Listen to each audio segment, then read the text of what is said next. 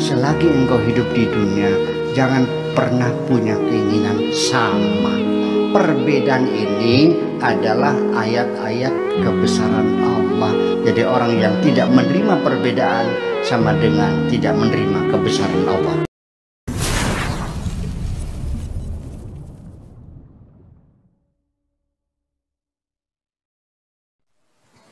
Assalamualaikum warahmatullahi wabarakatuh.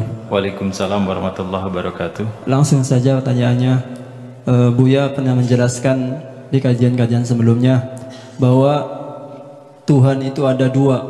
Yang pertama Tuhan sebagai pencipta alam, dan yang kedua Tuhan dalam imajinasi. Mohon diuraikan untuk hal itu. Assalamualaikum warahmatullahi wabarakatuh. Waalaikumsalam warahmatullahi wabarakatuh. Ya. Kapan saya mengatakan itu ya? Tuhan ada dua. Maksudnya gini, Buya. Gimana? Maksudnya Silakan, gini, silakan. pernah di kajian saya dilihat di YouTube yang udah lama, pemahaman kita Tuhan itu sebagai pencipta alam, dan juga ada yang memahami dalam imajinasi itu maksudnya, dalam imajinasi kita. Ya begini, Tuhan itu tidak bisa diimajinasikan, karena kaidah umumnya adalah laisa kamitslihi syai'un, tidak ada apapun. Bagi Tuhan itu tidak seperti apa-apa. Tuhan tidak seperti apa-apa, sehingga kalau tidak seperti apa-apa ya pasti tidak bisa diimajinasikan. Nah, Tuhan, zat Tuhan ya secara fisik tidak bisa dibuktikan, baik yang percaya ataupun yang tidak. Yang percaya Tuhan ada, barusan di Al-Quran hari malam Jumat kemarin, Nabi Musa minta kepada Tuhan supaya nongol, pengen dilihat, ya kan gitu. Tuhan mengatakan tidak mungkin kau bisa melihat aku. Kalau pengen itu silakan lihat saja gunung. Aku akan bertajalli kepada gunung itu. Kalau gunung itu tetap pada tempatnya, engkau bisa melihatku. Wa nistaqarra makanahu fasaufa tarani. Kalau gunung itu tetap utuh, engkau bisa melihatku. Tapi ternyata falamma tajalla lil jabali dakka wa kharra Musa sa'iqa. Ternyata setelah Tuhan bertajalli kepada gunung, gunung meledak, Musa jatuh tersungkur, wa qala tuntu wa ana awwalul mu'minin, dan sebagainya. Itu kanlah satu pelajaran bagi kita dari Al-Quran sendiri, bahwa tidak mungkin Tuhan dibuktikan secara fisik. Betul nggak? Nah, demikian pula bagi yang tidak percaya juga tidak bisa membuktikan ketiadaan Tuhan. Kembali kepada keyakinan itu masing-masing. Nah, sementara dalam perjalanan ilmu kalam, ilmu tauhid atau ilmu akidah, ya, itu kan kita mencari kejelasan, mencoba untuk mendeskripsikan Tuhan, dan ternyata tidak sama. Nah, karena ketika mendeskripsikan itu mencoba untuk mensifati, menjelaskan, menerangkan, mendeskripsikan ya Tuhan yang kita yakini ini, ya, dan tidak jauh akhirnya ya mensifati Tuhan dengan sifat-sifat kita juga. Nah, itu dalam wilayah imajinasi para ahli akidah tentang Tuhan.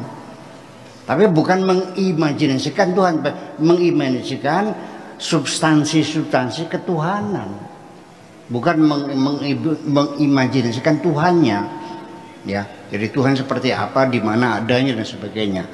Nah, dan ternyata ya dalam wilayah imajinasi ya sangat berbeda. Maturidi menjelaskan sifat wajib Tuhan itu adalah 13. Imam Asy'ari menjelaskan sifat wajib Tuhan adalah 20. Mu'tazilah mengatakan sifat Tuhan tak terhingga, dan seterusnya. Iya, saya setuju dengan pendapat Mu'tazilah bahwa sifat Tuhan tak terhingga. Isim Tuhan, nama Tuhan tak terhingga. Apa saja kalau kita mulai dengan maha bisa menjadi sifat Tuhan kok.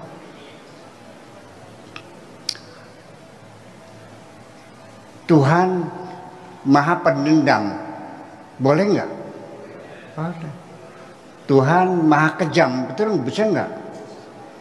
Tuhan maha makar, wallahu khairul makirin, boleh nggak? Apa saja kalau kasih maha ya benar, kecuali mahasiswa. Itu nggak bisa. Iya, itu sifat-sifat Tuhan. Tetapi tetap itu namanya sifat Tuhan, bukan asmaul husna. Dia asma Allah, bukan asmaul husna. Kalau asmaul husna itu sudah dibakukan, ditauqifkan, itu adalah 99 apa yang ada di dalam Al-Quran. Awas, asma Allah tak terhingga, tapi asmaul husna hanya 99. Anda bisa membuat asma Allah tak terhingga. Itu maksudnya kelompok Mu'tazilah. Kemudian tentang kekuasaan Tuhan, keadilan Tuhan juga berbeda pendapat. Mu'tazilah mengatakan Tuhan tidak intervensi dalam nasib manusia. Ya, Jabariyah mengatakan semuanya diatur oleh Tuhan. Ahlussunnah wal Jamaah ada qada mubram, ada qada ghairu mubram. Ada yang sudah ditentukan, ada yang final, ada yang bisa direvisi. Keputusan Tuhan adalah nasib kita. Ada yang final, ada yang bisa direvisi. Betul begitu kira-kira? Ada yang mubram, ada yang mubram. Nah itu kan beraneka ragam. Masalah qada, masalah ini, semuanya berbeda pendapat. Lalu yang benar mana? Nah itu kan dalam wilayah imajinasi, dalam mendeskripsikan tentang Tuhan. Itu saya kira semacam itu. Jadi bukan berarti saya mengatakan Tuhan ada dua macam, Tuhan dalam Tuhan dalam imajinasi dan Tuhan yang sesungguhnya. Nah, artinya bahwa dalam pikiran kita Tuhan yang kita yakini berarti nggak sama dong. Ya. Betul nggak? Nabi Muhammad itu orangnya ada berapa? 1. Tapi kenapa kita berbeda-beda? Ada yang pukulin orang dengan pukulan-pukulan. Dia mengatakan saya mengikuti Kanjeng Nabi. Oh begitu. Ada lagi yang dihina-hina, dia diam saja. Malah dia doakan mudah-mudahan dapat hidayah Allah. Tidak marah, meniru Kanjeng Nabi. Jadi yang benar mana? Apalagi Kanjeng Nabi yang sudah lama meninggal dunia, sudah 1400 tahun yang lalu. Saya yang masih hidup, saya yang bisa Anda lihat sehari-hari di sini, dalam pikiran Anda berbeda-beda kok saya. Percaya nggak? Sampai hari ini masih ada orang yang mengatakan Buya Saku medit.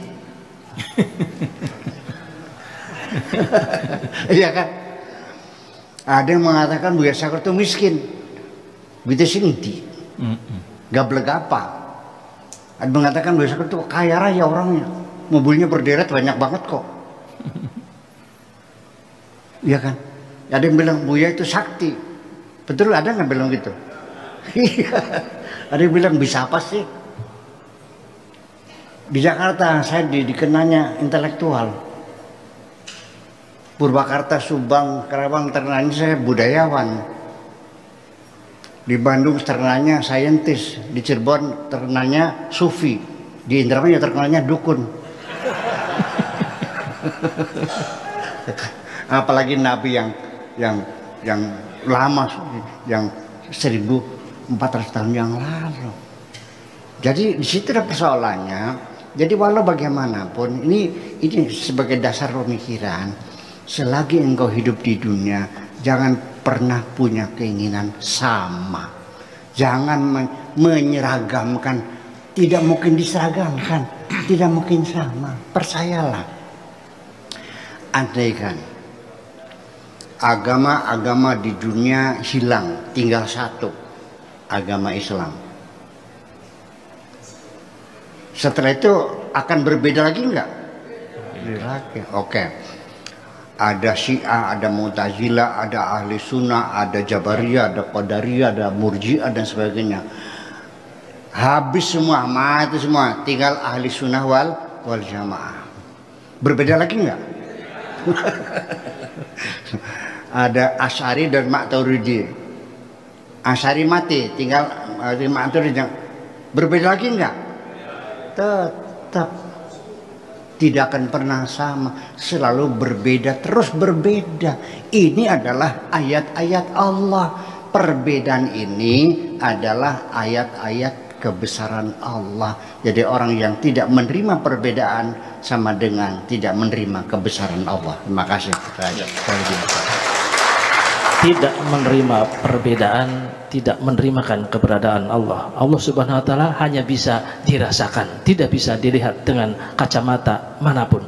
Oleh karena itu mari kita selalu bermusyabah diri untuk mendekatkan diri kepada Tuhan dengan keberadaannya melalui perasaan-perasaan kita sendiri.